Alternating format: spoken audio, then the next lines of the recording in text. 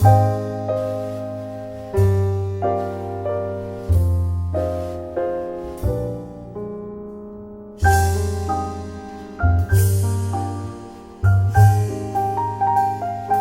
está sem vida, aquilo que está sem vigor, sem ânimo, aquilo que está sem vício, só se dá vida a algo que está morto.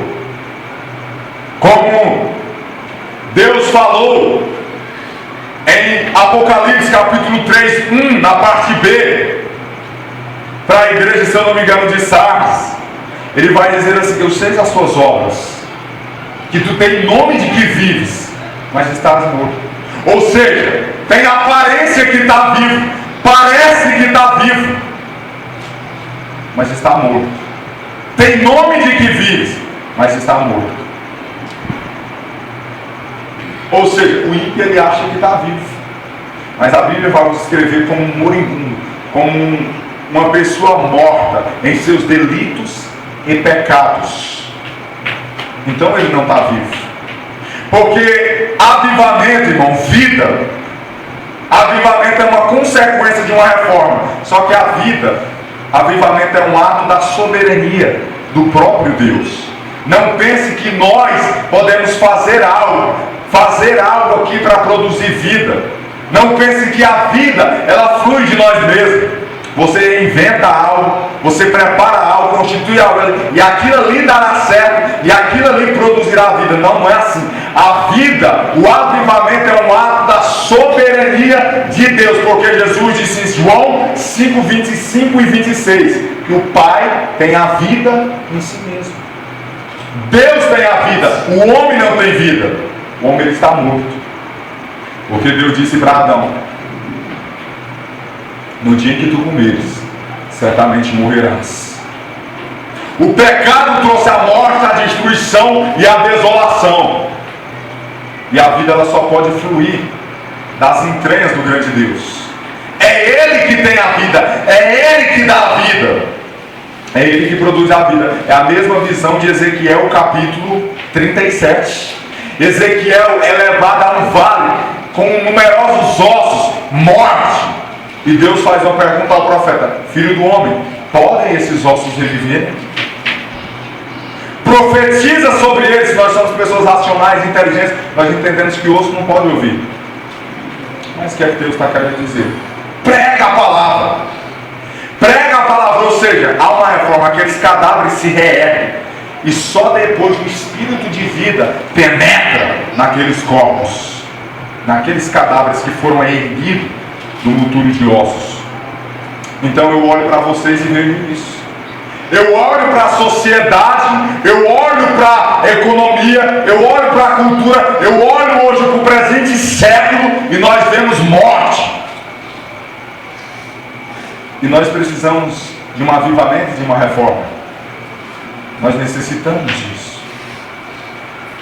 Talvez a nossa única contribuição mínima em um avivamento e uma reforma possa ser a qual nós devemos orar. Não há nada que nós podemos fazer, irmão, a não ser nos humilharmos e orarmos diante de Deus. E Deus, por sua graça e soberania, enviar a sua vida e despertar os cadáveres ambulantes. Não há vida, não há vigor, não há vício, não há ânimo, não há entusiasmo. Não há, meu irmão. E eu não estou gritando aqui para você, para que você venha achar algo impressionante. É porque essa é a realidade, não só da igreja, como da nossa sociedade. Tudo que eu vejo é desânimo, fracasso. A tua vida está num completo fracasso, declínio.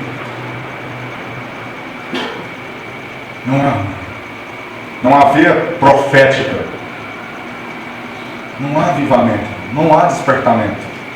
Isso que a gente vê nos movimentos neopentecostais, bem como os pentecostais, movimentos carismáticos, a qual eles se reúnem, faz todo um ajuntamento, e pessoas que são comovidas em seu emocional, eles acham que isso é vida sendo produzida. Acham que isso, mas não é vida. Meu irmão, o vigor, a vida, ela é produzida pelo próprio Deus. é quando almas se despertam, é como almas são sedentas, assenhora-se, o Espírito Santo se assenhora nos corações dos perdidos, é quando há um despertamento, há salvação de pecadores, é quando as pessoas voltam à palavra, voltam ao entusiasmo, voltam ao fervor, voltam às Escrituras. Então há um avivamento. E as duas palavras querem dizer isso. Então talvez a única coisa que podemos fazer para produzir um avivamento seja orarmos. E eu quero te dizer uma coisa, irmão. Para reformar e se reconstruir algo, nós precisamos ter toda uma base e precisamos ter um fundamento. Como eu ainda não postei essa frase, mas irei postar. Porque a Bíblia nos ensina que devemos edificar as nossas vidas sobre a rocha, a saber, Cristo. Mas as pessoas, elas insistem em edificar as suas vidas sobre a superfície do próprio inferno. Há uma base a qual vamos construir. E qual é essa base? Paulo vai nos ensinar lá em 1 Coríntios 3, verso 11. Não temos que ir por um outro fundamento, além daquele a qual já está posto, o qual é Cristo Jesus. Ele é a base, ele é o fundamento ao qual temos que reconstruir, a qual temos que rever as escrituras que estão derrubadas. É sobre Cristo. Porque qualquer projeto que você intenta fazer, deixa eu te dizer uma coisa. Se a base sólida dela não for Cristo, vai ruir, vai fracassar, vai cair, não vai dar certo, não adianta tentar, porque ninguém pode pôr outro fundamento além daquele qual já está posto, o qual é Cristo Jesus, a base e o pivô que sustenta todas as coisas pela palavra do seu poder. E a palavra de Deus é o nosso fundamento, a nossa autoridade dogmática, a autoridade legal para que nós venhamos reformar as estruturas da sociedade e da própria igreja de Cristo. Não temos que reinventar, não temos que buscar técnicas aí afora, psicológicas, ciências, meios alternativos para produzir algo. A palavra de Deus é a nossa autoridade dogmática, o nosso alvará, o nosso documento de autorização para reformarmos, a nossa autorização jurídica. Aqui, as Escrituras. Irmão, como é que eu faço?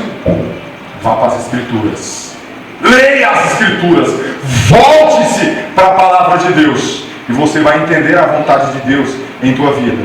Você vai saber como lidar em meio a esse declínio e esse fracasso que você está vivendo. Preste atenção.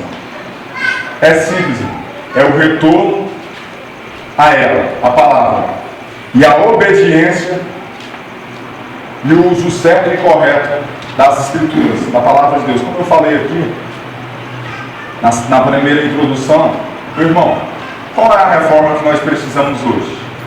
Irmão, será que é de mais traduções da Bíblia? É isso que nós estamos precisando? É uma nova tradução da Bíblia? É uma nova compilação? Não, meu irmão. Nós temos Bíblias de todo quanto é tipo. O problema não é as traduções como na época de Lutero, como na época de John Hus, como na época dos reformadores do passado. Há muitas Bíblias, há muito material, há muitos livros, há muitas pregações, há muitos ensinos. O problema é que muitos estão se enganando com falsos discursos e insistem em não obedecer o que a Escritura diz. Esse é o problema. Meu irmão, há pessoas que têm décadas de ministério, deixa eu te dizer uma coisa, são presbíteros, obreiros e até pastores, e nunca leram a Bíblia pelo menos uma vez, toda. Agora você compreende por que a igreja está assim? Meu irmão, a fonte de todas as coisas, as respostas para tudo, ela está aqui nas Escrituras. Vamos entender aqui. Vamos ler do versículo 1 até o versículo 4. As palavras de Neemias, filho de Racalias. E sucedeu no mês de Quisleu, no ano 20º, estando eu em Suzã, a fortaleza, que veio Hanani, um de meus irmãos, ele e alguns de Judá, e perguntei pelos judeus que escaparam, que restaram do cativeiro, e acerca de Jerusalém. E disseram: os restantes que não foram levados para o cativeiro, lá na província, presta atenção, estão em grande miséria, desprezo, e o muro de Jerusalém fendido, e as suas portas queimadas a fogo. E sucedeu que, ouvindo eu estas palavras, assentei-me e chorei, e lamentei alguns dias, e estive jejuando e orando perante o Deus dos céus. Somente até aí. Perante o Deus dos céus. Aí ele começa a oração. Olhe para cá, preste atenção aqui, irmão, eu quero que você entenda isso. O ano aqui é 444 antes de Cristo. Na época do imperador e rei da Pérsia, Artaxerxes. Quem era esse homem? Era um imperador que estava sobre a égide do domínio do maior império da época, que predominava e dominava o mundo nessa época. Era o Império Persa. Era a época do exílio. O contexto aqui, qual é o contexto? Eu quero ser bem rápido aqui, que eu não quero perder muito tempo só na introdução. O importante é o conteúdo, mas preste atenção. Esse tempo aqui foi o período em que, por causa da desobediência dos reis de Judá, da tribo do norte, dos reis de Jerusalém, pela qual desobedeceram, contrariaram a lei do Senhor e os mandamentos de Deus, e caíram na prostituição, na idolatria, em toda sorte de depravação e pecado, fez com que a ira de Deus se acendesse contra o povo de Israel e de Jerusalém, e fizesse com que povos pagãos de outras nações viessem sobre o seu próprio povo e o levasse em cativeiro, em um exílio, presos por conta da desobediência. Vejam só, como eu falei na aula passada, mais água, por favor. Nós estudamos aqui 2 Crônicas 7,14, em que Deus dá uma advertência para o rei Salomão, quando ele termina de construir o templo. Ele diz: se eu cerrar o céu de maneira que não haja chuva, se ordenar os gafanhotos e a peste que consuma a terra, mas o povo se chama pelo meu nome, se humilhar e orar. Ou seja, Deus deu uma advertência que o povo não se desviasse. Caso ele se desviasse, haveria o quê? Consequências. Porque todo pecado traz consigo a consequência. Ah, irmão, mas Deus perdoa. Claro que Ele perdoa o pecador. Porém, o pecado Ele nunca perdoará, porque Ele condenará o pecado no inferno. O pecador Ele perdoa. Preste atenção. Então, por conta disso, a advertência ela foi dada. Deus avisou. O povo de Israel, eu escrevi aqui algumas coisas. Israel se formou como nação e reino depois de inúmeras guerras, vitórias sobre os reis pagãos daquela época, principalmente no período de Josué até a época do reinado de Davi. Israel já havia se tornado uma potência como nação, com toda a sua estrutura social, econômica, cultural e espiritual. Deus ergue Josué. Josué é um exímio guerreiro. Ou seja, Israel tem inúmeras vitórias sobre os reis pagãos, e ali ela vai se constituir como nação e reino. Então vem a época dos juízes, passa para o reinado de Davi.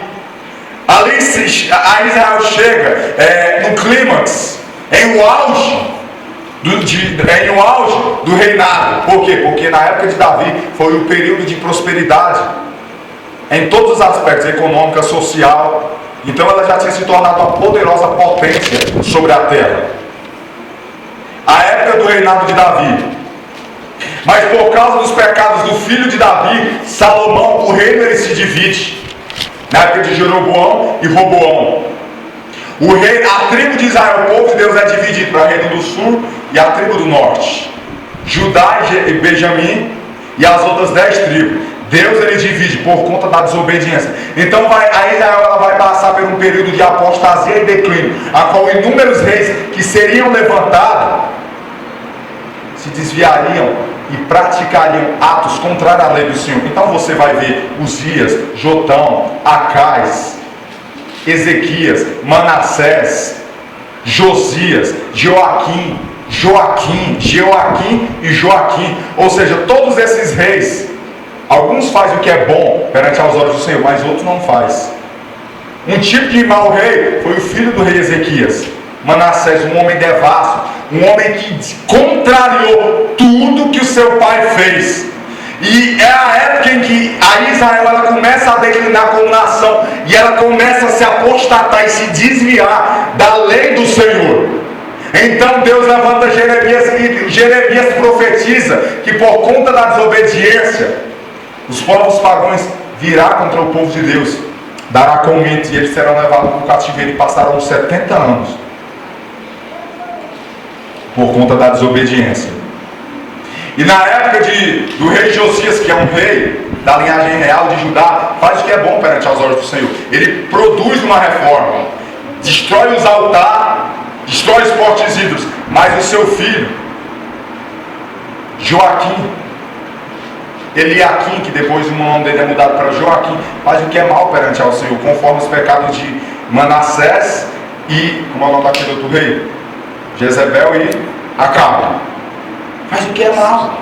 Então, por conta disso, Deus ele usa o império predominante da época, que era o império caldeu de Nabucodonosor, a Babilônia, para dar com ímpeto sobre o próprio povo de Deus. E o Nabucodonosor vem 3 vezes sobre a cidade de Jerusalém de forma violenta e leva levas e levas em cativeiro por conta do pecado e da desobediência. Então, os pecados, irmãos, fazem com que esse tipo de coisa, ou seja, começa a perder a forma, começa a descaracterizar. Então aqui, depois de 70 anos, um rei chamado Ciro da Pérsia, ele promulga o edito para que o povo que foi levado em cativeiro pudesse voltar para a sua pátria. Então eles vão voltando de leva em leva, não voltam todos de uma vez. Pelo menos a tribo do norte, nunca mais, a tribo do sul nunca mais volta. Alguns se espalham pelo mundo afora, mas a tribo do norte, eles vêm vindo de leva em leva. A primeira leva, ela vem sobre a liderança de Zorobabel, filho de Salatiel. A segunda leva e sobre Esdra. E a terceira leva, ela vem sobre a liderança de Neemias. Mas antes disso, irmão, depois de passar os 70 anos, quem está agora no poder, aqui é mais ou menos 549, alguma coisa assim, antes de Cristo. Então quem está no poder, aqui é Astaxerxes. E esse homem Neemias, ele está dentro de um palácio, em uma fortaleza, ele é judeu. Ele faz parte do povo de Deus. Preste atenção, ele vai dizer assim, ó. As palavras de Neemias, aqui o povo estava em cativo. Alguns voltaram para a sua terra, mas ainda tinha muitos no império da Babilônia. Então esse homem, Neemias, ele se preocupa. E a Bíblia vai dizer o seguinte: as palavras de Neemias, filho de Racalias, sucedeu que no mês de Quisleu, no ano 20º, estando eu em Suzã, a fortaleza, veio Anani, um de meus irmãos, ele e alguns de Judá, e perguntei pelos judeus que escaparam e que restaram acerca do cativeiro e acerca de Jerusalém. Ou seja, quando Nabucodonosor veio com ímpeto sobre Jerusalém, aqueles mais pobres, de classe mais baixa, ficaram na cidade, mas os nobres e os magistrados foram levados em cativeiro. Então esse Neemias, ele está em Suzã, a fortaleza, e ali alguns de Judá vêm a Suzã. E a Bíblia vai dizer que Neemias, movido por uma preocupação,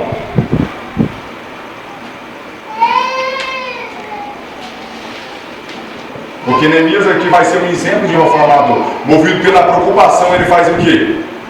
Alguns de Judá vêm e ele pergunta acerca do estado que se encontravam os que não foram levados cativo.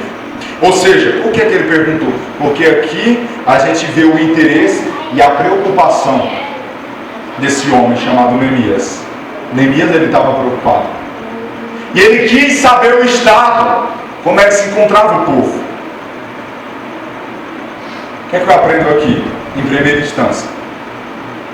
Meu irmão, sabe por que aqui a igreja, as nossas vidas, as nossas próprias vidas, o nosso casamento, toda a estrutura da nossa vida está em um completo declínio e fracasso? Primeira coisa, a gente vê o completo desinteresse e descaso em obedecer e fazer a vontade de Deus e em obedecer aquilo que está escrito na palavra. Aqui você vê um homem preocupado, ele queria saber.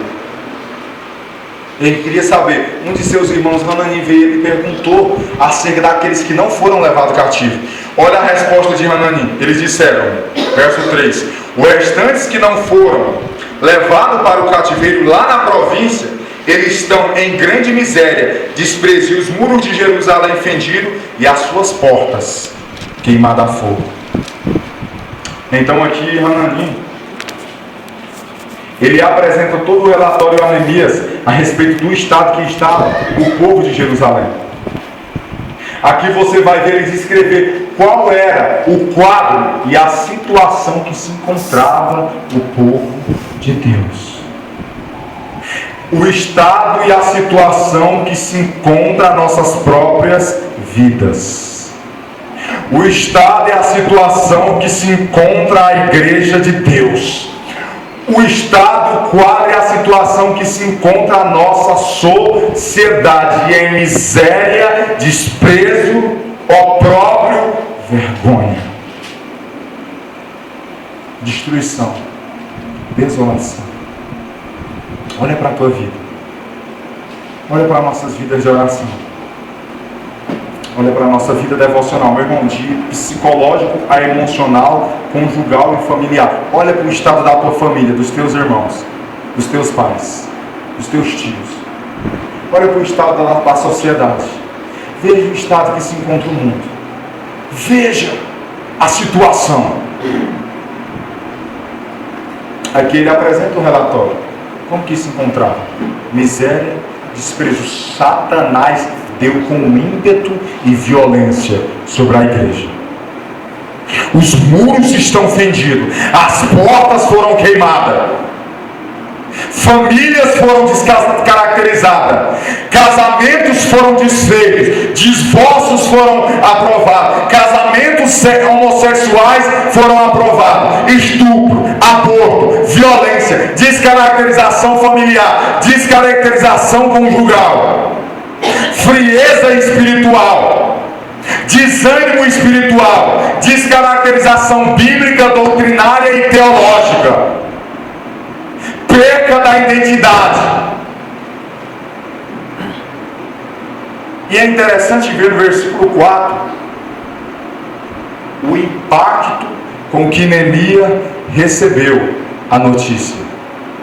Eu perguntei, ou seja, Neemias estava interessado. Neemias, ele queria saber. Meu irmão, olha para a tua vida. Paulo diz assim: examine-se, pois, ao homem a si mesmo. Você acha que está indo bem da maneira que está? Você acha, meu irmão, que o estado que se encontra a nossa sociedade, bem como a igreja mundial? Meu irmão, você está pensando que isso aqui, você está pensando que isso aqui não é algo sério? Você acha, meu irmão, você acha que isso aqui que nós estamos fazendo, todo esse esforço violento, você acha que nós não estamos vendo e detectando a situação que se encontra, a vida de alguns, o estado de alguns? Neemias, quando recebeu a notícia, e aconteceu que, ouvindo eu essas palavras, assentei e chorei. Neemias está dizendo aqui: meu Deus do céu, meu Deus, olha como está o meu casamento, meu Deus, olha como está a minha família, Senhor, olha como está a minha vida de oração. O que é que está acontecendo com a igreja? O que é que está acontecendo com o mundo? O que é que está acontecendo com nós mesmos? Olha o estado. Neemias ficou perplexo, estupefato. Não está nada bem. Neemias recebeu isso com tanto impacto que ele não conseguiu, a Bíblia dizer, aconteceu que, ouvindo eu essas palavras, assentei, eu fui refletir. Olha o estado. os muros fendidos, ou seja, não há defesa. Os muros dão a ideia de defesa, daquilo que vai defender as nossas vidas contra o saque do inimigo. Mas a violência do impacto que o diabo veio foi tão violenta, tão feroz, que ele destronou tua vida, que ele acabou com você, ele te subjugou ao chão. Outrora você foi vitorioso, outrora você foi uma pessoa influente, de oração, acesa, entusiasmada, forte, vigorosa, mas agora não.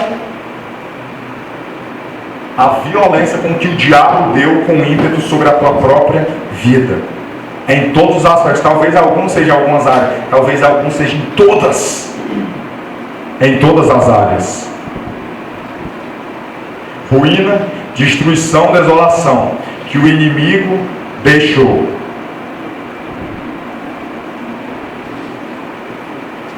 E sucedeu que ouvindo eu, verso 4, ouvindo, a palavra ouvindo quer dizer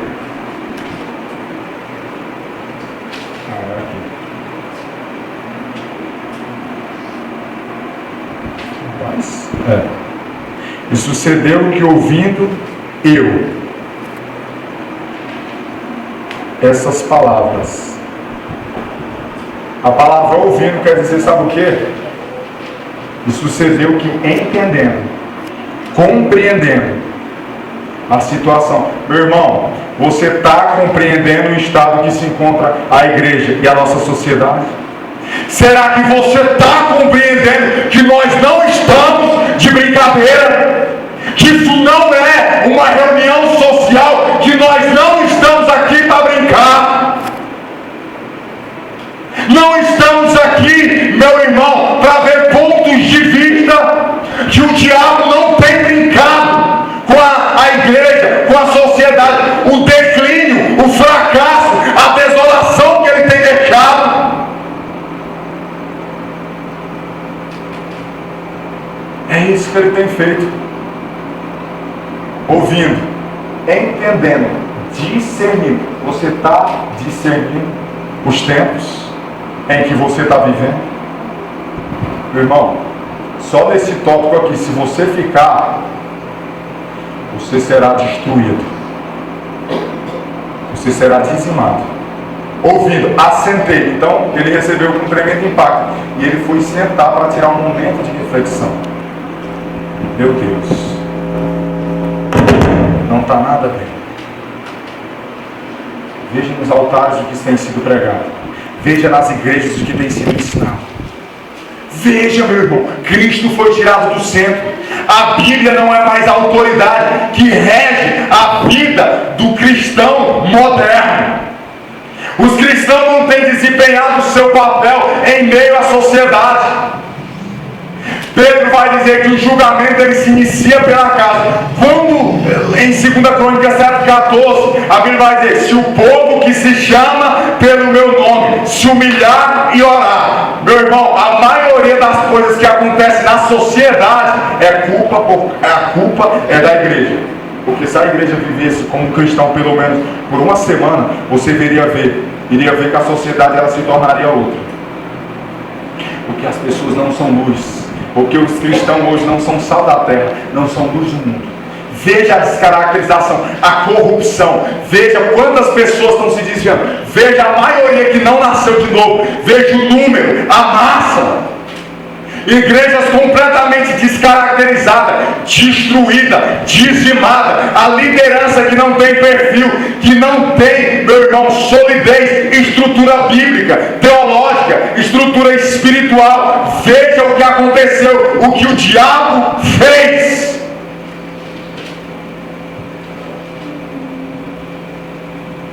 O que tem acontecido então, Neemias sentou para tirar um momento de reflexão. Assentei. Ou seja, aí no segunda parte, assentei, chorei e lamentei por alguns dias, jejuando, e estive jejuando e orando perante ao Deus do céu, e disse: ah, Senhor, Deus dos céus, grande e terrível, que guarda o conserto e a benignidade para com aqueles que te amam e guardam os teus mandamentos. Sabe qual foi a reação de Neemias? Preste atenção. Sabe qual é o nosso mal? É porque quando a gente está enfrentando um problema em nossas vidas, seja qual for a área, a primeira atitude que nós esboçamos e vamos tomar são atitudes levadas pela carne. Vou dar um telefone aí. Vou desabafar para o meu vizinho. Vou tirar um dinheiro ali no banco. Eu tenho que resolver. Eu tenho um plano. Eu vou fazer isso, isso e aquilo outro. Sabe o que foi Neemias fez? Assentei e chorei e lamentei. Estive jejuando e uma reforma ela é precedida por oração. Por que eu disse que o avivamento é a reforma? A mínima contribuição que nós podemos dar é a oração. Porque a oração ela é dependência de Deus. Neemias sabia do estado do seu povo. Quando Anani deu todo o relatório, disse a maneira que se encontrava o povo de Judá e Jerusalém, ele sentiu um tremendo impacto. Ele disse: olha como está minha família, olha como se encontram os meus pais, olha o estado dos meus irmãos, olha o estado da minha esposa, olha o estado do meu marido, olha o estado dos meus filhos, olha o estado da igreja, olha a maneira que eles se encontram. E Neemias foi orar a Deus: meu Deus, o que é que eu faço? O que é que eu faço, Senhor? O que será? Ele tomou uma atitude espiritual. Não foi carnal. Neemias ele não foi sacar o dinheiro num banco para tentar resolver o problema. Neemias não foi sair gritando no meio da rua feito um louco. Não. Neemias assentou, refletiu e se dirigiu a Deus. Não estou nem seguindo meu esboço, mas preste atenção. Assentou.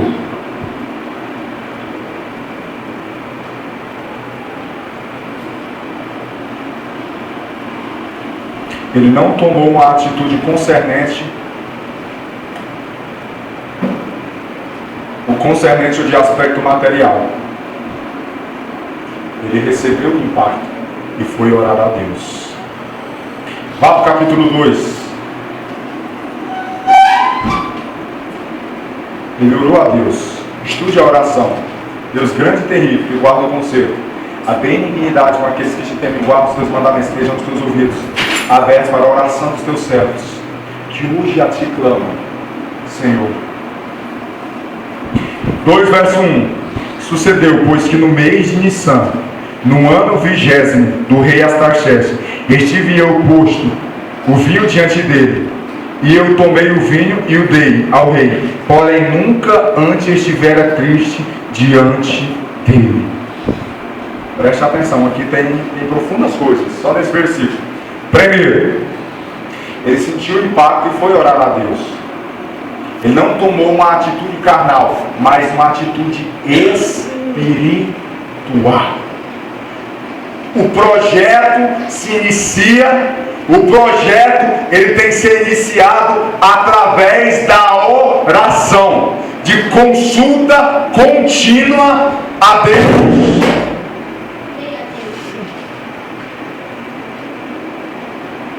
Consulta contínua a Deus. O que é que eu faço, Senhor?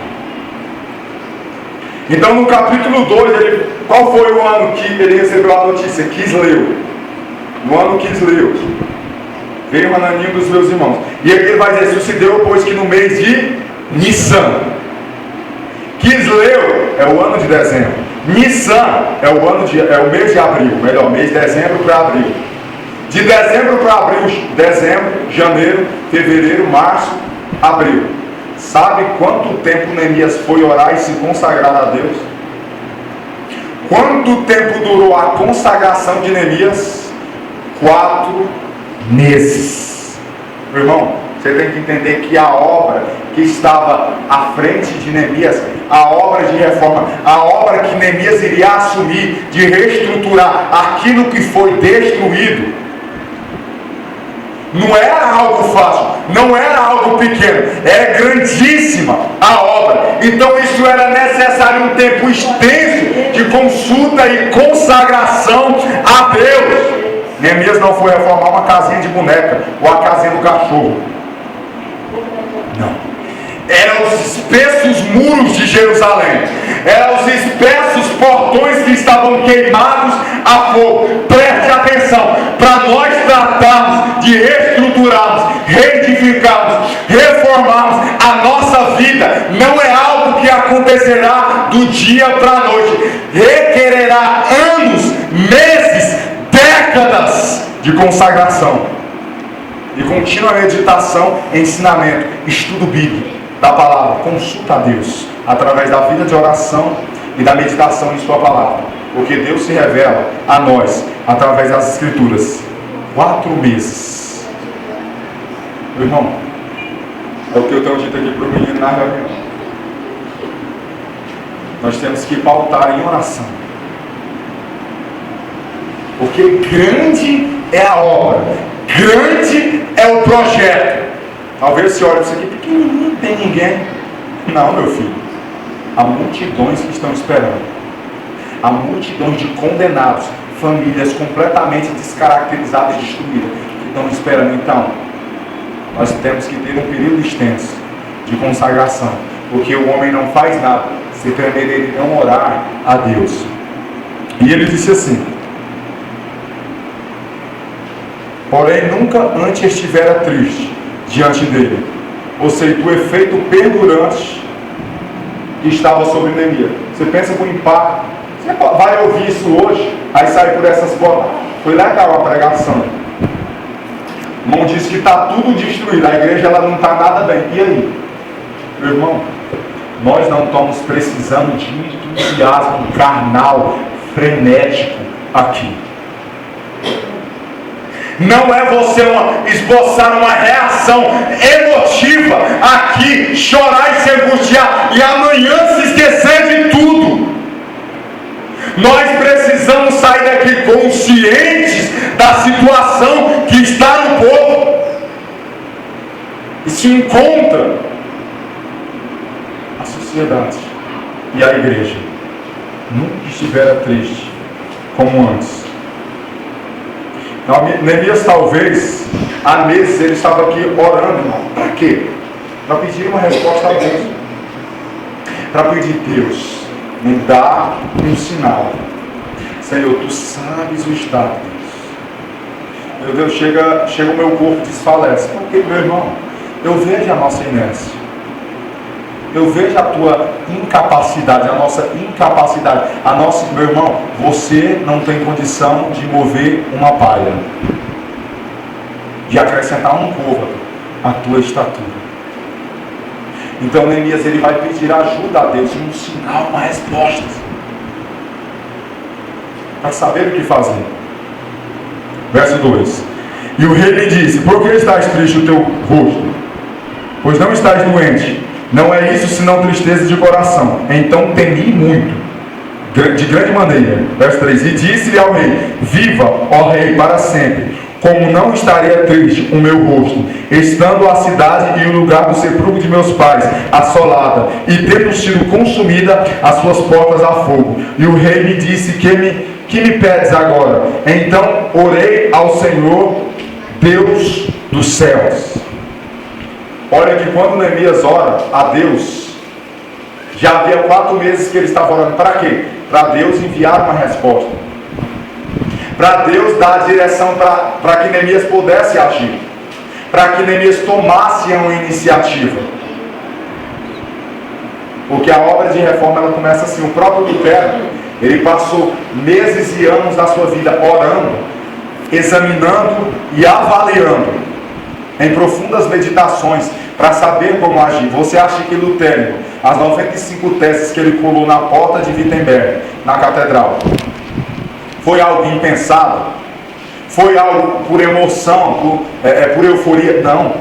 Lutero passou meses, porque era colossal a obra de reforma na Alemanha. Todo o Ocidente daquela época estava dominado pela cultura católica romana. Então nós temos que orar a Deus para saber como agir. Então, através da pergunta do rei, a resposta de Deus O rei disse: que me pedes agora? Então orei ao Senhor. Ou seja, preste atenção, Neemias aqui, ele estava orando e Deus, através da pergunta do rei Artaxerxes, enviou a resposta. Enviou a resposta.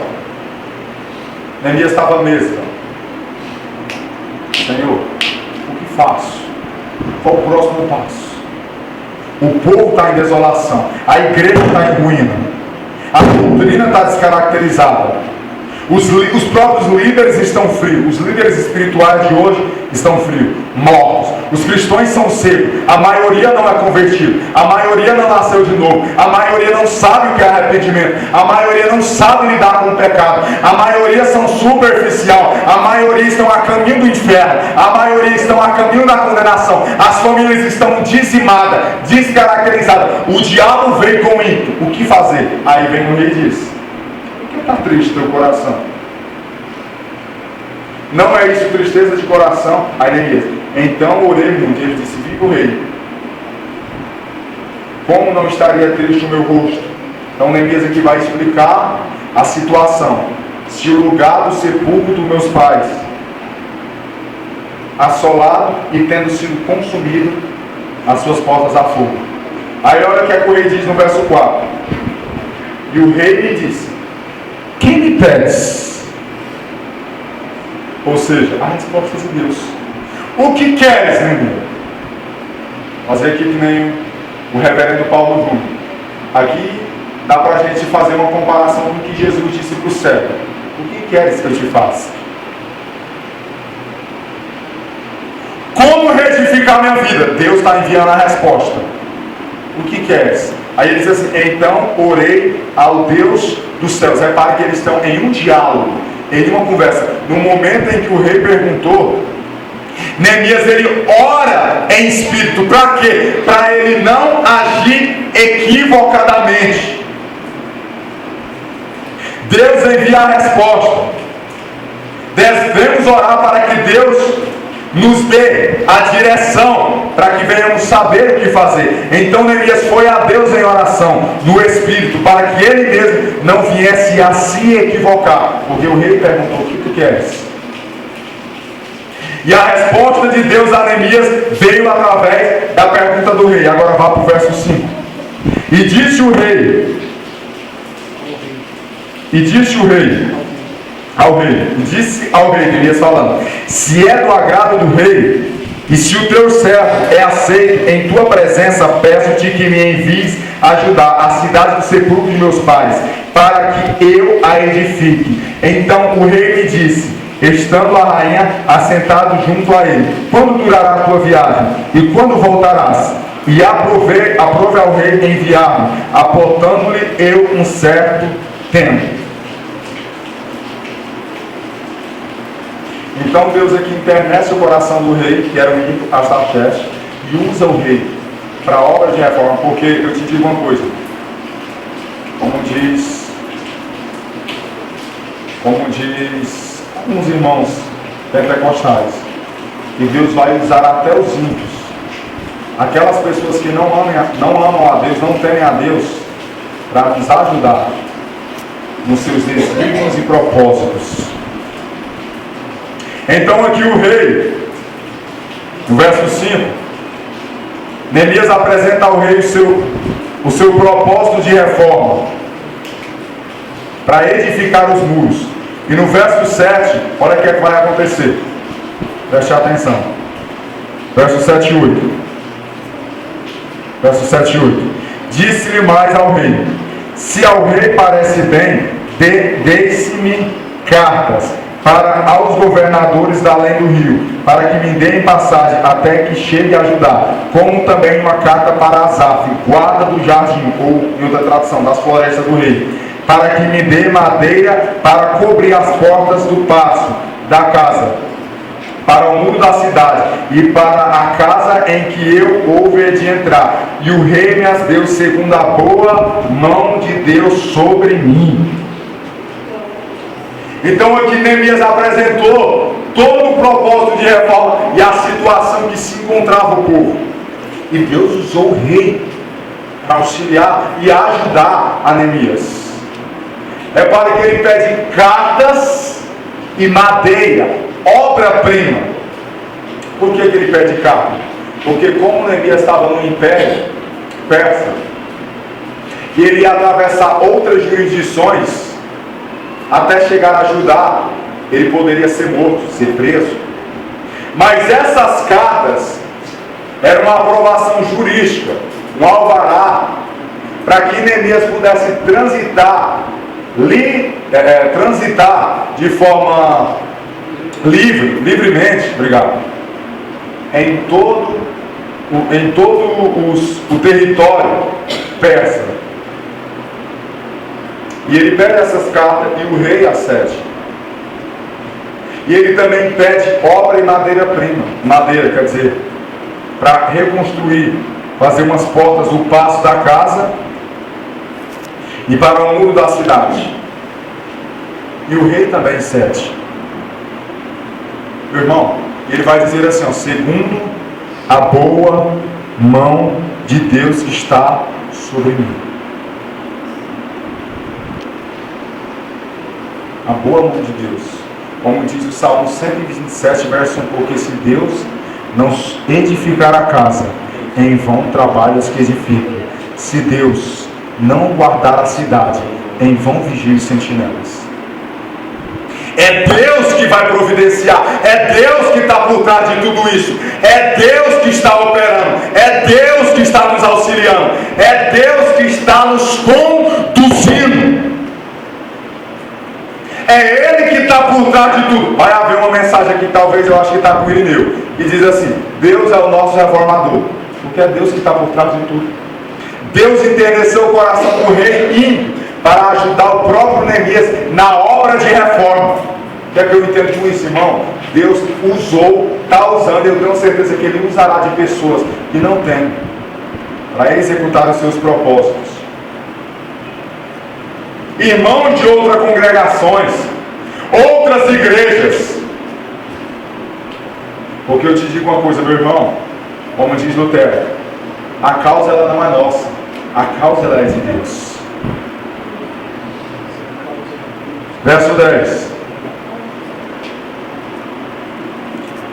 Então aqui a reforma ela deu início e começou. Olha o que é que vai acontecer. O que ouviram Sanbalate, o Horonita, e Tobias, o servo amonita, lhe desagradou com grande desagrado, que alguém viesse a procurar o bem dos filhos de Israel. Sabe o que é que vai apresentar aqui no verso 10? Eu botei aqui, segura, preste atenção. A ira de Satanás contra a obra da reforma. Satanás. Sabe o que é que significa? Você não faz ideia do que eu vou dizer. Sabe por que é que você projeta algo e não consegue terminar? Sabe por que é que você intenta fazer algo e não consegue ao menos começar? Porque logo no início da obra haverá uma oposição da parte do próprio diabo. No início da obra, o diabo já se levantou para se opor e impedir que Neemias desse início à obra de reconstrução, porque o diabo sabe o perigo que isso representa para o seu reino. Agora você está entendendo que tem coisas que você tenta começar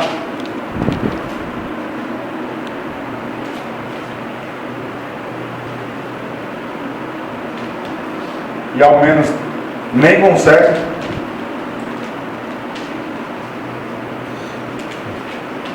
Por quê? Porque Satanás é o primeiro a se levantar. O diabo, a oposição. Às vezes nós temos tentado fazer um jejum mais extenso, mais longo, orarmos mais, sermos mais aptos a estudar a Bíblia, pregarmos para mais pessoas, sermos mais aplicados, dedicados. E no início, bate aquele exame e você não consegue nem começar. Por quê? Porque é o próprio diabo e está se opondo contra você. Olha aqui, Neemias, ele ganhou a aprovação do rei, mas se levanta um indivíduo chamado Tobias e Sambalate para impedir. Por quê? Porque, meu irmão, você sabe quando a gente começa algo, pronto, não tem mais como parar. Você deu a batida, você disparou, pronto. Mas se ele te barrar no início, ele não vai permitir que você ao menos comece. Porque Paulo vai dizer que não temos que lutar contra a carne ou sangue. Você deve estar ciente disso, meu irmão. Satanás, ele é um ser inteligente, astuto e sagaz. Astuto e sagaz. E ele tem se levantado para se opor contra você, para que você ao menos, nem ao menos dê início.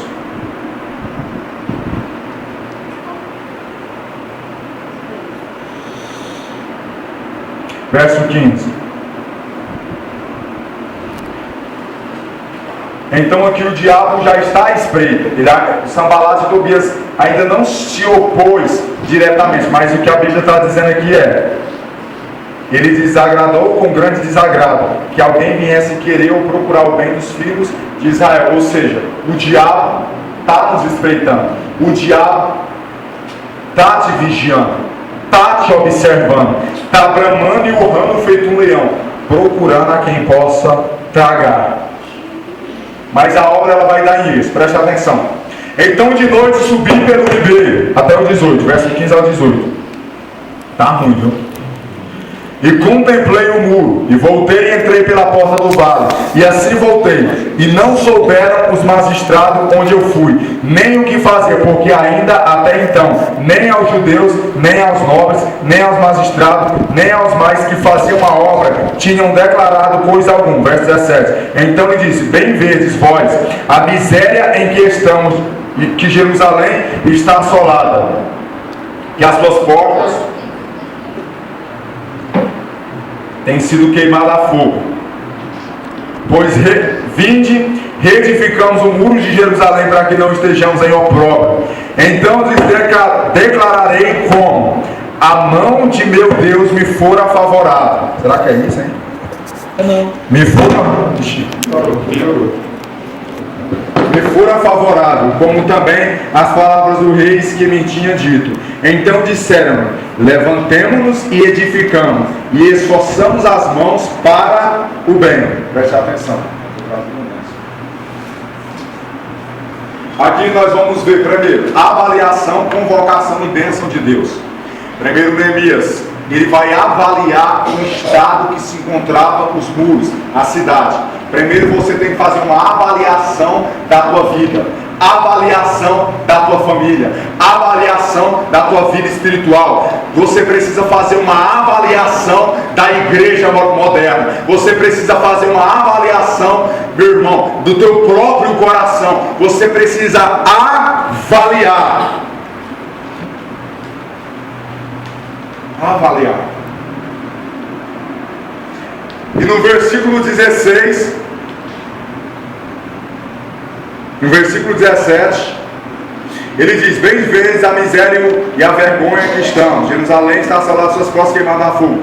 Vinde, pois, e edificamos o muro de Jerusalém, e não estejamos mais no opróbrio. Então aqui Neemias se prontifica a reformar. Primeiro ele fez uma avaliação. Veja o que é uma reforma.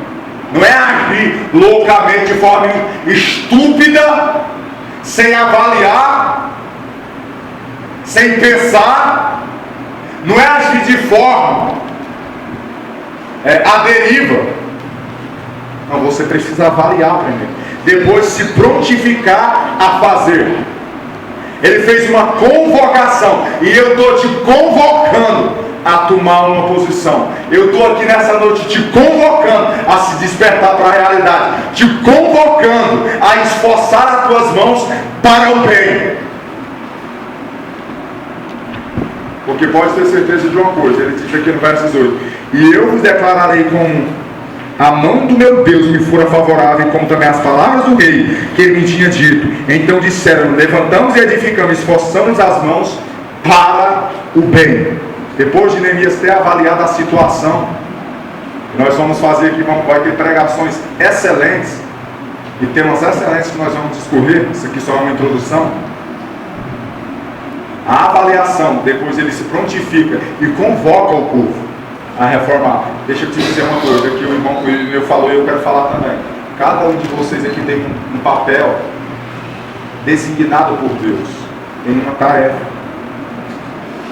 a fazer. Ninguém aqui foi chamado para ficar sentado olhando para mim. Não. Vinde, esforçamos as nossas mãos para o bem e você verá que a boa mão do Senhor estará sobre nós. A confiança que ele teve em Deus, a confiança que ele depositou em Deus, porque Neemias sabia que a vontade e o propósito de Deus era esse. Vamos prosseguir. Eu quero só uma observação aqui antes de passar para os próximos tópicos. Observação. Irmão, por que Jerusalém estava assim, destruída, isolada? Eu expliquei aqui na introdução, mas eu quero só fazer uma observação. Por quê? Por que o povo foi levado em cativeiro? Por que o povo estava destruído? Por quê? Por causa do pecado e da desobediência. Satanás, o inimigo, veio com ímpeto, por causa que pessoas têm dado brecha e espaço para ele atuar. Por que Deus enviou Nabucodonosor? Porque o povo se desviou, o povo desobedeceu. Eu quero te dizer uma coisa, que as nossas vidas, muitas das vezes elas são compelidas ao completo fracasso, declínio e desolação, destruição, por nossa própria causa, por causa dos nossos próprios equívocos. Então você vai ter que reconstruir, refazer aquilo que você mesmo destruiu. Porque a esposa não é submissa ao marido, porque o marido não cumpre o seu papel como esposo, porque o filho não cumpre o seu papel na família, e porque os pais não cumprem o seu papel como pais, porque as pessoas insistem em desobedecer. Irmão, quando nós desobedecemos a Deus, pode ter certeza, eu vou repetir, haverá consequências. Então creia no que está sendo ensinado e pregado, obedeça, se submeta. Verso 17, a convocação. Verso 18 do capítulo 2, a bênção de Deus. Deus aqui dá a bênção, né? Verso 18. Agora o verso 19. Preste atenção. Primeiro o diabo. Você viu aqui que no versículo 10 do capítulo 2, o diabo está à espreita. Ou seja, Sanbalat ouviu a notícia que Neemias iria reformar a cidade. Agora veja que no versículo 19, aqui o diabo se levanta em um ataque feroz para barrar a obra. E ouvindo Sanbalat, o Horonita, Tobias, o servo Amonita, e Gesem, o Arábio, zombaram de nós e desprezaram-nos e disseram o que é isso que fazeis? Quereis rebelar-vos contra o rei? Aqui é o ataque de Satanás. Satanás, ao saber do projeto, como que é? Escrevi aqui no esboço mais feio.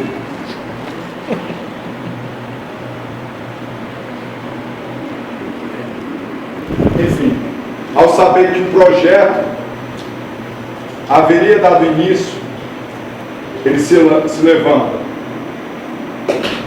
Ou seja, o perigo que isso representava para o reino dele. É por isso que nós temos que entender uma coisa aqui, irmãos. Não vai ser fácil a gente reformar esse bairro.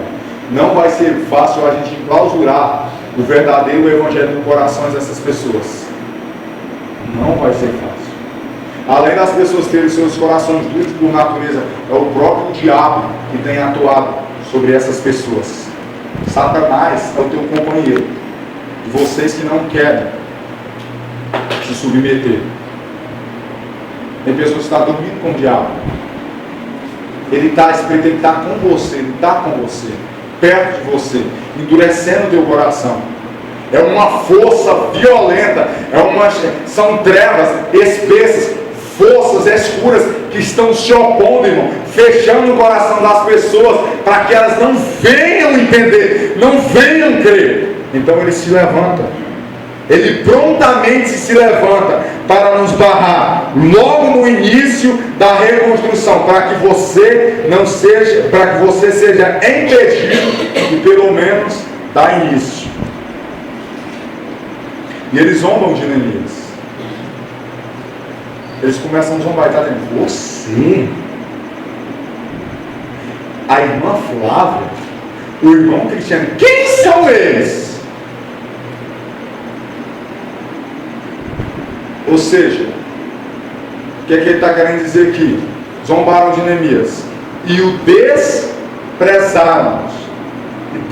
Ou seja, não tiveram como ameaça. Não é que eles tiveram subestimado. Subestimado. Ou seja, isso não é para nada. Você não tem competência para nada. O ataque feroz de Satanás. Como eu disse, por isso que sempre quando nós vamos dar início a algo, muitas das vezes sequer você consegue dar início. Verso 20. Então lhe respondi e disse: o Deus dos céus é que nos fará prosperar, e nós, os seus servos, nos levantaremos e edificaremos mais para vós. Não tendes paz nem justiça nem memória em Jerusalém. Então aqui Neemias, mesmo através da oposição, mesmo diante das oposições ferrenhas, ele prosseguiu, insistiu, perseverou em reformar. Vai-te, Satanás! Ele repreendeu, ele resistiu, resistir ao diabo, e ele fugirá de vós. Meu irmão, resista, insista, persista, persevere nesse projeto, porque ele está dizendo aqui que é o Deus dos céus que nos fará prosperar. É Deus que nos guiará, é Deus que nos dará força, é Deus que nos erguerá, é Deus que reedificará, e as portas do inferno não vão prevalecer contra a igreja. São vários tipos. No capítulo 3, irmão, vai nos mostrar aqui todo o processo da reconstrução e a equipe que ajudou na obra de reforma. Eu não vou expor o capítulo 3, certo? Mas aqui são várias classes de pessoas, e até pessoas que não são judeus ajudaram Neemias na reforma. Por quê? Porque Neemias não entendia, não sabia trabalhar com alguma espécie de matéria-prima, certo? Então ele não sabia trabalhar, mas Deus usa de todo tipo de pessoas para ajudar a Neemias.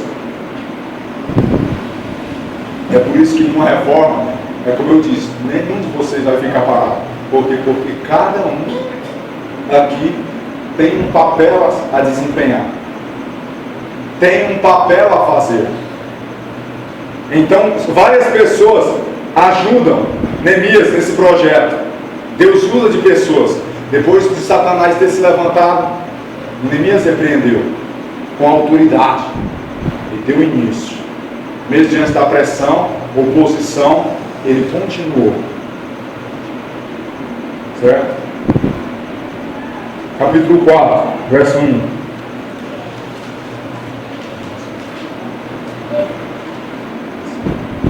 Verso 1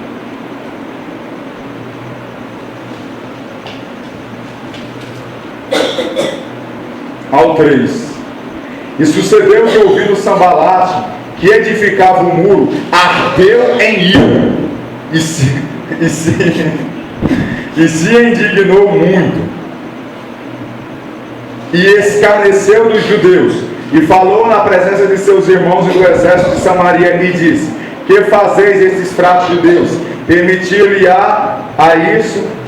Sacrificarão a acabá-lo num só dia, vivificarão nos montões do pó as pedras que foram queimadas.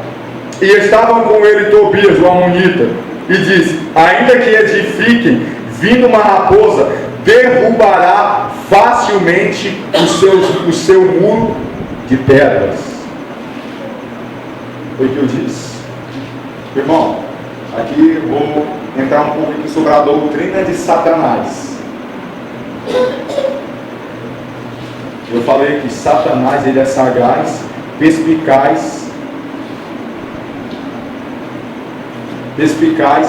e obstinado a te destruir. A ira de Satanás está acesa contra o povo de Deus, contra o objetivo e o propósito que Deus colocou no coração de seus servos.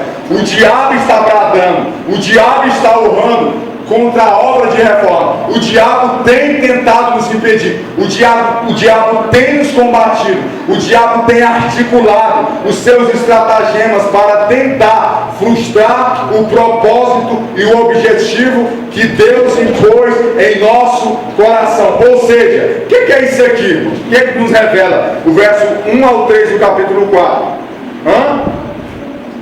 O que é que nos revela?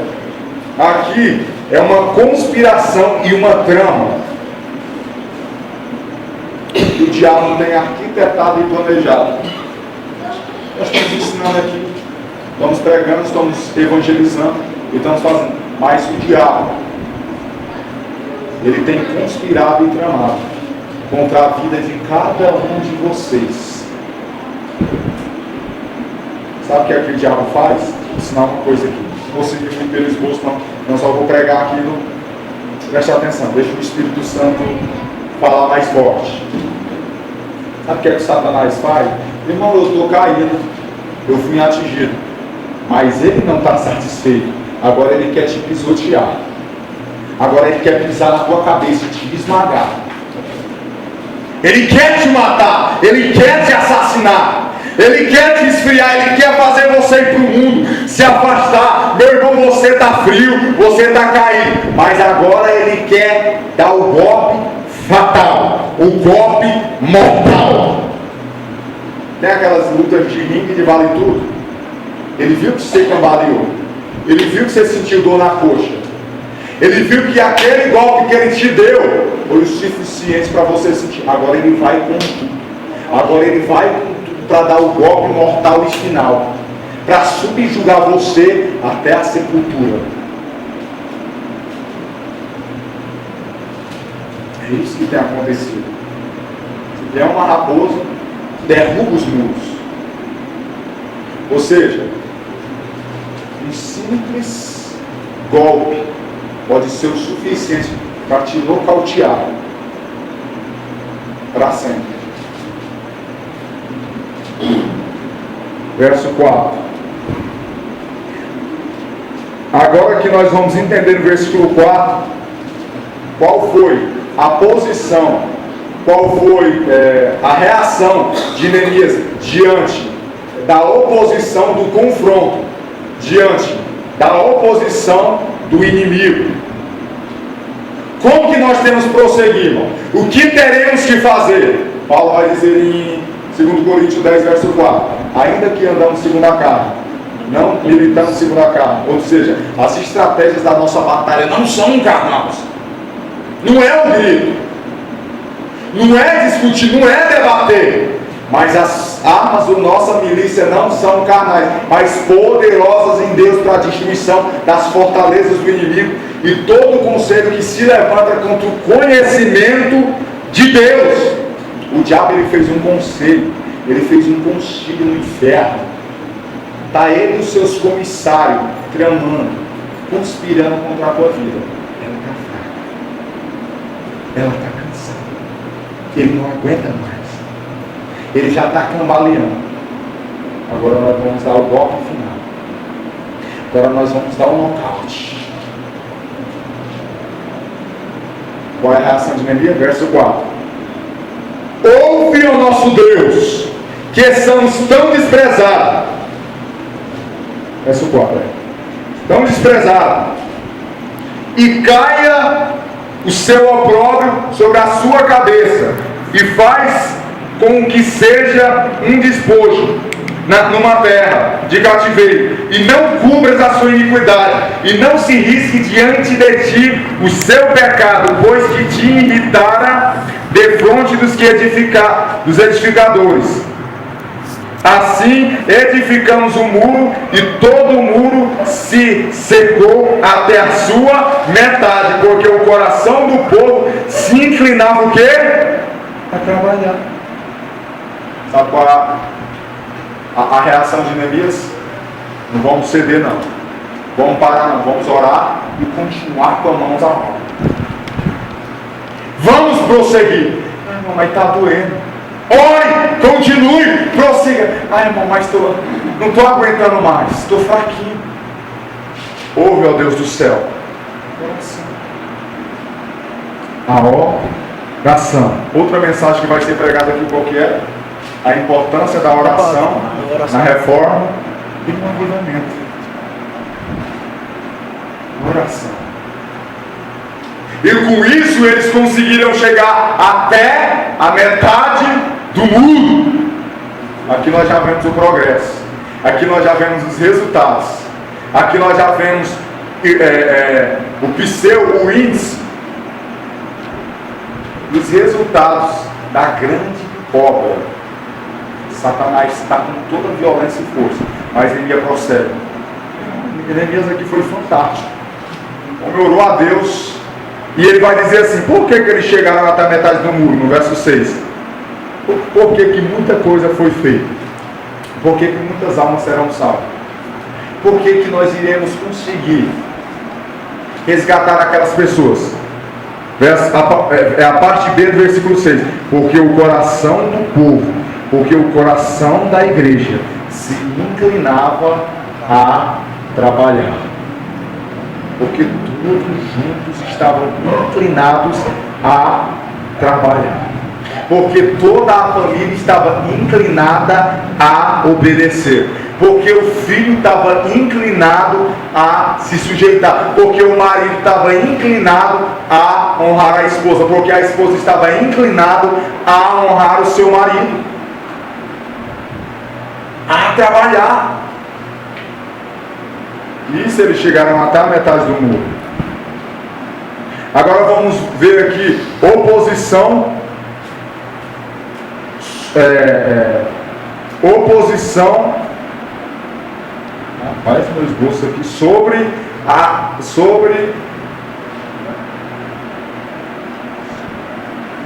tem que interpretar línguas.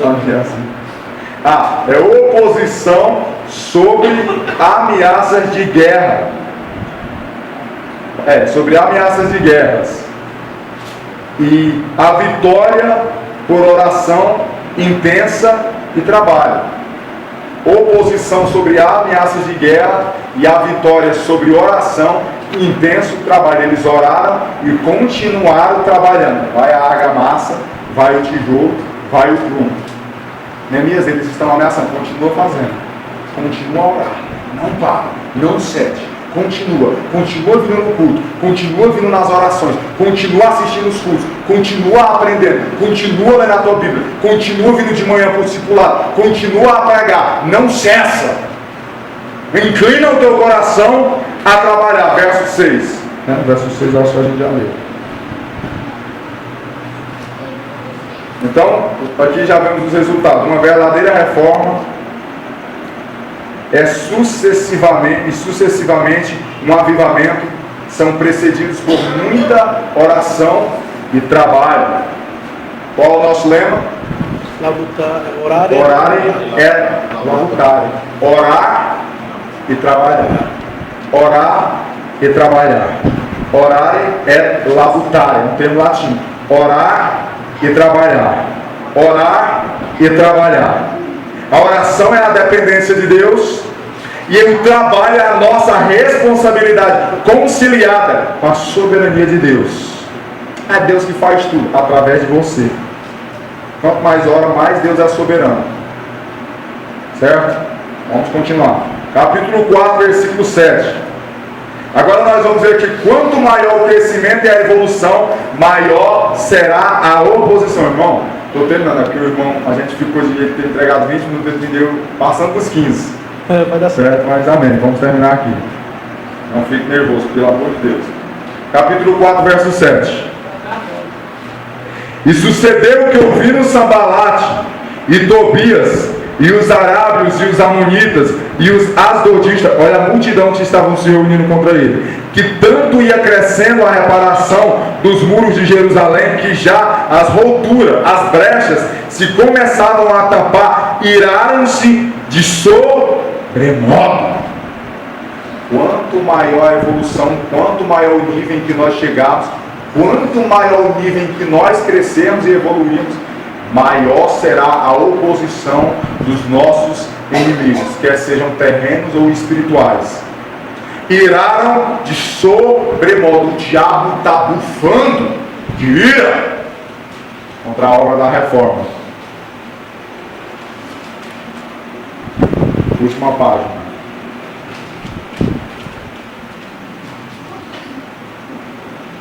Quanto maior o crescimento. Então deixa eu te dizer uma coisa aqui. Quanto mais almas vier, mais oposição. Quanto mais Deus acrescentar, mais oposição. Quanto mais nós ampliarmos os termos, mais oposição. Quanto mais a tenda se alargar, mais oposição. Quanto mais a estrutura crescer, mais oposição. Ele quer derrubar os muros. Ele quer, ou seja, o diabo está vendo todo o destroço que ele tinha feito ser reedificado de novo. É assim com a tua vida. Quando você iniciar a obra de reforma em tua vida individual, o diabo ele vai se levantar para derrubar novamente, porque o diabo quer te ver em ruínas.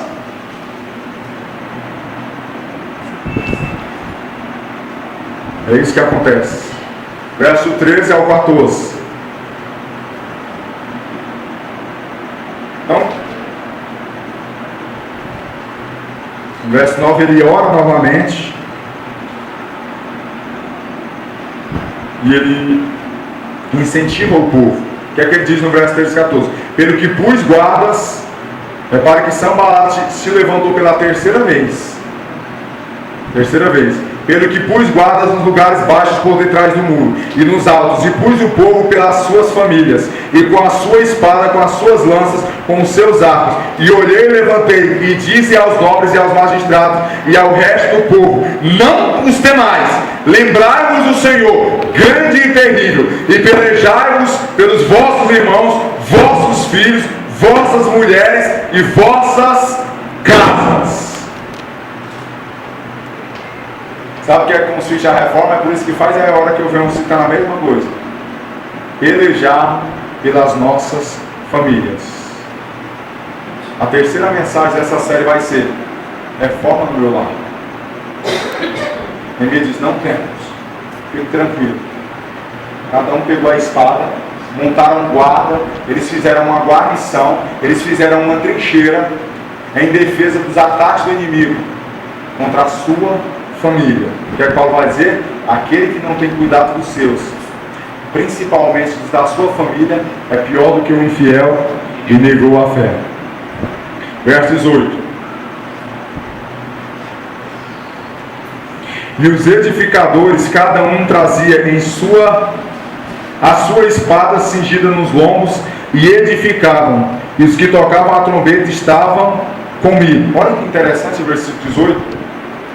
O que é que ele está querendo dizer? Os edificadores numa mão tinham uma espada, e na outra eles tinham o quê? Uma colher, e edificavam o muro.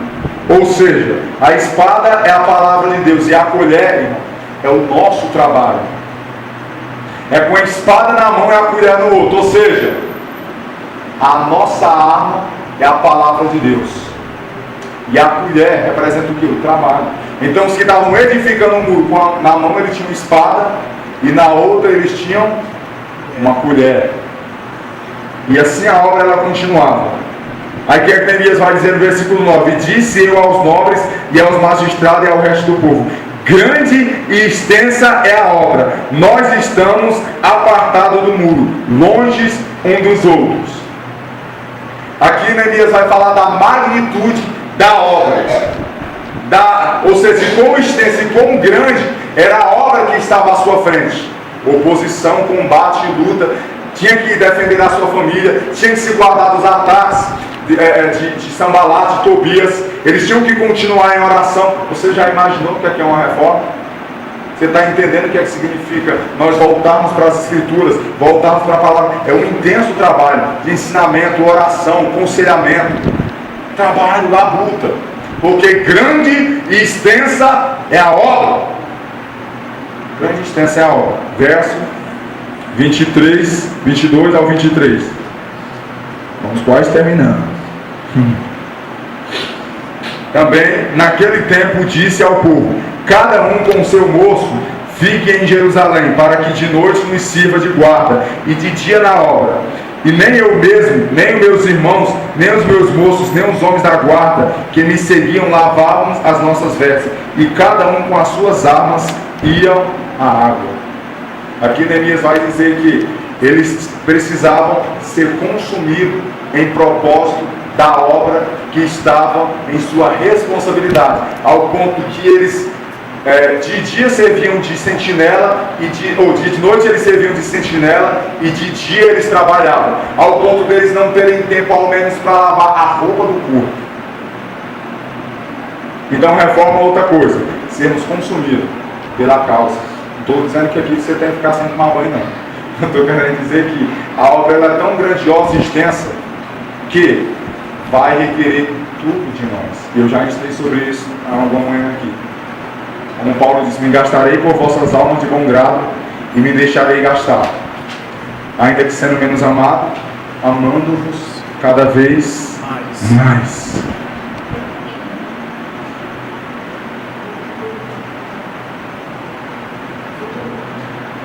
Então, toda reforma quer seja geral, familiar, ou qualquer área da nossa vida, irmão, social, financeira, psicológica, emocional, temos que lidar com problemas internos. Então Neemias aqui, ele sofreu oposição, ele pôs guarnição contra a família dos judeus e dos que estavam trabalhando na obra de reforma, certo? Neemias aqui, ele lembrou ao povo da extensão da obra, certo? E todos ali estavam em contínuo trabalho ao ponto de serem consumidos. Agora no capítulo 5, do verso 1 ao 5, nós vamos ver que surgirá um problema dentro da obra, dentro da comunidade que estavam ali trabalhando. Vejam no capítulo 5, verso 1 ao 5. Foi, porém, grande o clamor do povo e de suas mulheres contra os judeus, seus irmãos, porque havia quem dizia: com nossos filhos e nossas filhas, nós somos muito, pelo que tomemos trigo para que comamos e vivamos. Também havia quem dizia: as nossas terras, as nossas vinhas, as nossas casas empenhamos para tomarmos trigo nesta forma.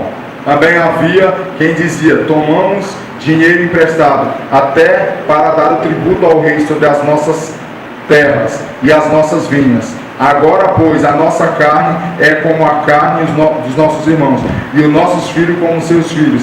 E eis que sujeitamos nossos filhos e nossas filhas para serem servos. Até alguns de nossas filhas são tão sujeitas que já não estão no poder de nossas mãos. E outro tem as nossas terras e as nossas vinhas. Então aqui os judeus chegam para Neemias e começam a murmurar. Por quê? Porque os nobres e os magistrados estavam oprimindo o povo, pedindo altos tributos, altos impostos e fazendo usura, ao ponto deles terem que vender suas casas, empenhar as suas terras e darem até os seus filhos para trabalharem como servos. Ou seja, Neemias nessa obra de reforma ele começou a enfrentar problemas internos. Primeiro foi os problemas externos, agora ele vai enfrentar problemas internos, dentro da sua própria casa, ali em meio ao povo. E os magistrados e os nobres estavam cobrando altos impostos, e por isso muitos vieram a sofrer fome e necessidade, pois muitos estavam vendendo suas terras e empenhando suas casas e vinhas para pagarem o tributo ao rei e conseguirem trigo para comer, porque grande era a fome. Você repara que a reforma aqui, estou terminando, porque é muito tópico. A reforma aqui era no quesito social, econômico, cultural e espiritual e até físico. Então eles estavam formando ali para que a Israel voltasse a ser o que era antes. Então vamos ver do verso 6 ao 12 o plano de Neemias para cessar a opressão dos judeus. 6 ao 12. Ouvindo eu, pois, o seu clamor e essas palavras, muito me fadei e considerei comigo mesmo no meu coração. Depois pelejei contra os nobres e com os magistrados e disse: usura tomais cada um de seus irmãos, e ajuntai contra eles um grande ajuntamento, e disse: nós resgatamos os judeus, nossos irmãos, que foram vendidos a gente segundo as nossas posses, e vós outra vez vendereis vossos irmãos, ou vender-se-iam a nós? Então se calaram e não acharam o que responder. Disse-lhe mais: não é bom o que fazeis, porventura não deveis andar no temor do Senhor nosso Deus, por causa do opróbrio dos gentios, os nossos inimigos, também eu mesmo e meus moços, a juro lhes temos dado dinheiro e trigo, temos este ganho. Restituí-lhe hoje vos peço as suas terras, as suas vinhas e os seus olivais, e as suas casas, como também o certíssimo do dinheiro e do trigo, como o mosto e do azeite que vos exigi deles. Então disseram: restituiremos e nada procuraremos deles, faremos assim como dizes. Então chamei o sacerdote e os fiz jurar que faziam conforme estas palavras. Neemias colocou ali e fez um consignado para cá: você e você. Entrega o que tu cobrou com os juros do teu irmão. Restitui a terra que você pegou do teu irmão. Como que vocês estão fazendo isso? Nós voltamos no exílio, nós voltamos no cativeiro, estamos trabalhando na obra de reforma e não estávamos se aproveitando. Então Neemias ali, com a sua autoridade que Deus me entregou, ele resolve esse problema. Ele resolve o problema interno. Ele faz com que o povo se reconcilie. Meu irmão, é assim que nós temos que agir dentro de nossas casas. Temos que chegar junto e resolver o problema. Não é deixar da maneira que está, não é ficar olhando, não é ficar dormindo. Não! É tomar uma iniciativa, tomar uma posição. Embora, rapaz. Bora, menino, bora, menino. Toma iniciativa, toma jeito de gente, toma uma posição, ou vai ou racha, ou é ou não é. É mesmo que estava mandando ver. Entrega o que tu pegou do teu irmão, pede perdão a ele, se reconcilia com ele, beija ele, abraça ele, perdoa ele. Não é sermos frouxos, não. Mas é termos um rigor que a palavra de Deus diz que temos que ter. Esse negócio de deixar a gente ver prostituição, programas imorais dentro de casa, fazer o que quiser, falar qualquer palavra. Não. Aqui dentro está abrindo um crente. Pondera antes de falar. Desliga, tira desse canal imundo. Desfaz essa. Eu não quero estender a minha casa. Agiu como Neemias. Então assim ele resolveu o problema interno. Último. Terminando. Último. Capítulo 6, 1 ao 4. 6, 1 ao 4. Sucedeu mais que, ouvindo Sambalat, Tobias, Gesem o Arábio e o resto, os que neles não haviam brechas alguma, os nossos inimigos que tinham edificado o muro e que neles não havia brecha alguma, ainda que até este tempo não tinham posto as portas nos portais, Sambalat e Gesem enviaram a dizer: vem e congreguemos-nos e juntamos-nos nas aldeias. Aqui eles estão convidando Neemias para se reunir em uma aldeia, num vale de Onom. Porém, intentava fazer-me mal. Você está vendo Satanás de novo? Você está vendo a sedução do diabo? Adultério, prostituta. Dá essa clicar. Aperta o link. Entra no meu. Acessa a pornografia. Neemias disse: mas eles me tentavam fazer o mal. O irmão me falou uma frase ontem A gente ora assim, né, irmão? Senhor, tira a tentação. Tira esse problema da minha vida. Não tira. Porque Paulo disse que nós temos que mortificar a carne. Pecado sempre nós vamos ter tentação.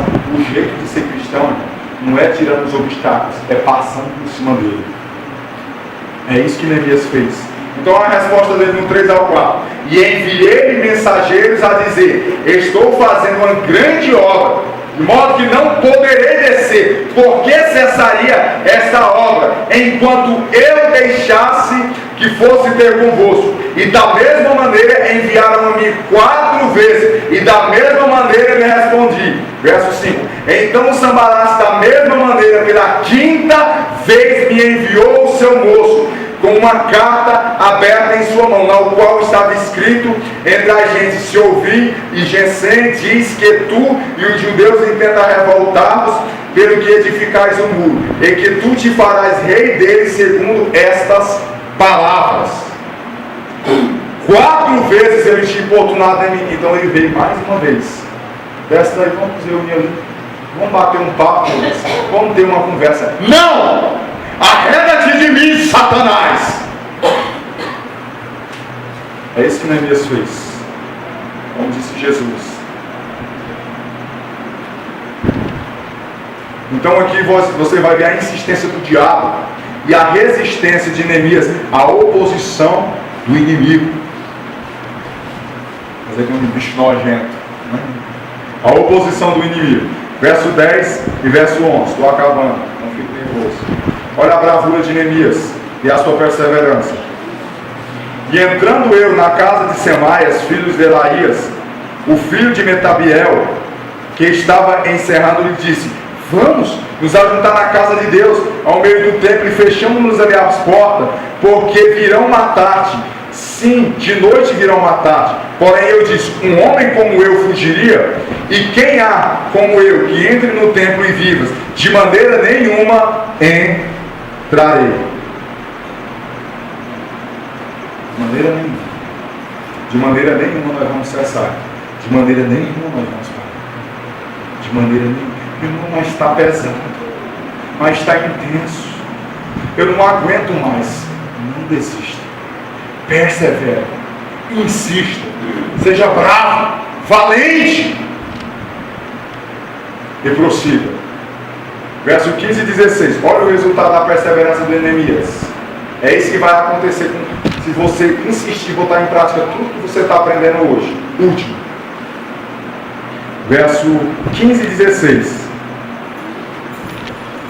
Acabou-se, pois, o muro aos 25 de Elu, e 52 dias. E sucedeu que, ouvindo todos os nossos inimigos, temeram todos os gentios que haviam em toda a roda de nós, e abateram-se muito em seus próprios olhos, porque reconheceram que o nosso Deus fizera esta obra. Você viu? A conclusão do muro. Todo o esforço de Neemias, toda a dedicação, todos os momentos de oração, Neemias colheu o resultado e concluiu a obra de reconstrução do muro. A obra de reforma e reconstrução de Jerusalém. E o povo temeu porque reconheceram. Por que eles concluíram? Por que eles terminaram? Por que eles executaram? Porque Deus, o que ele vai dizer aqui, porque reconheceram que Deus foi o que fizera toda esta obra. Porque é Deus que está no meio, é Deus que é o nosso reformador, é Deus que opera o querer e o efetuar, é Deus que tem posto no nosso coração a reformar, é Deus que está nos conduzindo, é Deus. Não durma, desperte, é Deus. Porque disse Jesus em Mateus 16, 18: eu edificarei a minha igreja, e as portas do inferno jamais prevalecerão contra ela, meu irmão. Eu acredito numa coisa piamente, independente do estado em que se encontra o povo de Deus. Deus, por sua soberania, ele tem uma aliança com a igreja. a igreja ela jamais será destruída. E ela vai cumprir o seu papel, porque a aliança que Deus tem com sua igreja é inquebrável. Nós temos a esperança que essa situação e caos há de ser revertida. O quadro há de ser mudado. Neemias usou, Deus usou um simples copeiro de um rei. Um copeiro para construir a magnífica obra colossal da reforma em Jerusalém. Deus usou no século XVI um simples monge augustiniano para reformar todo o cristianismo que tinha sido descaracterizado. Deus é quem opera o querer e o efetuar, e as portas do inferno não vão prevalecer contra a igreja de Cristo. Não vão. E eles saberão que Deus foi que fez todas essas obras. Que Deus é que está fazendo tudo isso. Amém, irmãos?